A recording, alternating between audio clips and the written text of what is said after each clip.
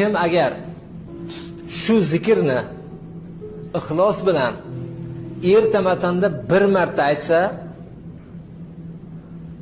agar vaqti yetib kechgacha vafot qilsa jannatga tushadi. Kim agar ixlos bilan kechki payt bir marta aytsa, vaqti yetib agar ertamatgacha vafot qilsa jannatga tushadi. Allohumma anta robbi la ilaha illa anta xalaqtani va ana abduk va ana ala ahdika va va'dika mastata'at.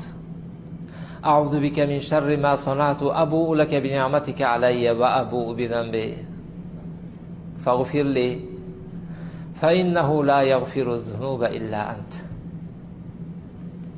Payg'ambarimiz sollallohu alayhi vasallam aytganlar.